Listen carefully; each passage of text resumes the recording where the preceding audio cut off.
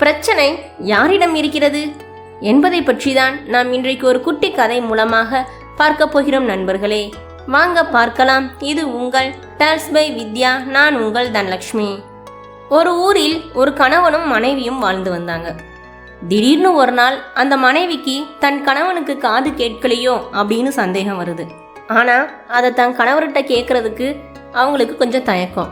உடனே இந்த விஷயத்தை அந்த பெண் அவரின் உறவுக்கார டாக்டருக்கு தன்னுடைய ஃபோனின் மூலம் மெசேஜ் அனுப்புகிறாங்க. டாக்டரிடம் இருந்தும் பதில் வந்தது. 20 அடி தூரத்தில் இருந்து கணவரிடம் ஏதாவது பேசுங்க, அப்படியும் கேட்கல அப்படின்னா சற்று நெருங்கி 15 அடி தூரத்தில் இருந்து பேசுங்க, பின் 10, 5 இப்படி குறைத்து கொண்டே நெருங்கி சென்று பேசுங்கள். எத்தனை அடி தூரத்துல இருந்து பேசினா கணவருக்கு காது கேட்கவில்லை என தெரிஞ்சாதான் நம்ம அதுக்கேத்தாப்புல சிகிச்சை அளிக்க முடியும் அப்படின்னு பதில் சொல்லியிருந்தாரு. டாக்டர் சொன்னதை கேட்டவுடனே அந்த மனைவிக்கு ஒரே குசி. அடுத்த நாள் வீட்டு வாசலில் இருந்தபடியே உள்ளிருந்த கணவரிடம், இன்று மகனுக்கு பள்ளி கட்டணம் கட்டியாச்சா அப்படின்னு கேட்குறாங்க. பதில் எதுவுமே வரல. பின் கொஞ்ச நேரம் கழிச்சு வீட்டு வரவேற்பறையில் இருந்து அதே கேள்வியை கேட்குறாங்க. அதற்கும் கணவரிடமிருந்து பதில் இல்லை. அப்புறம் அப்படியே கொஞ்சம் முன்னாடி வந்து ஹாலில் இருந்து கேட்குறாங்க. பின் சமையலறை வாசலில் இருந்தும் மீண்டும் மீண்டும் அதே கேள்வியை கேட்குறாங்க. கணவரிடமிருந்து பதிலே இல்லை.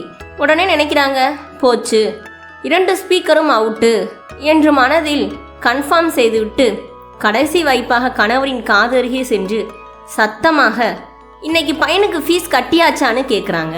உடனே அந்த கணவர் காதில் ஏதோ குண்டு வெடித்தது போல் இருக்கவே அவரின் மனைவியை கோபமாக திரும்பி பார்த்தார். அதே கோபத்துடன் அந்த கணவர், ஏண்டி இப்படி கத்துற? நீ வாசல் கேட்டில் இருந்து, வரவேற்பறையில் இருந்து, ஹாலில் இருந்து, சமையலறை வாசலில் இருந்து கேட்க கேட்க நானும் கட்டியாச்சுன்னு சொல்லிக்கிட்டே இருக்கேன். அது உன் காதில் விழவில்லையா? காதுல என்ன பஞ்சு முட்டையா வச்சிருக்க அப்படின்னு பொறிந்து தள்ளிவிட்டார்.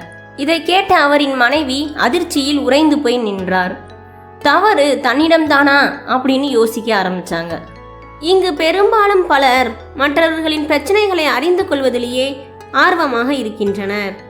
அவர்களின் அதீத ஆர்வத்தால் அதேபோல் பிரச்சனை நம்மிடம் இருக்கிறதா என்று நினைத்து பார்ப்பது இல்லை. இப்படித்தான் பலர் பிரச்சனையை நம்மிடம் வைத்துக்கொண்டு அது பிறரிடம் இருப்பதாக நினைத்து வாழ்ந்து கொண்டிருக்கிறோம். என்ன விசித்திரம்! நன்றி, வணக்கம். மீண்டும் உங்களை வேறொரு கதைக்களத்தில் சந்திக்கிறேன்.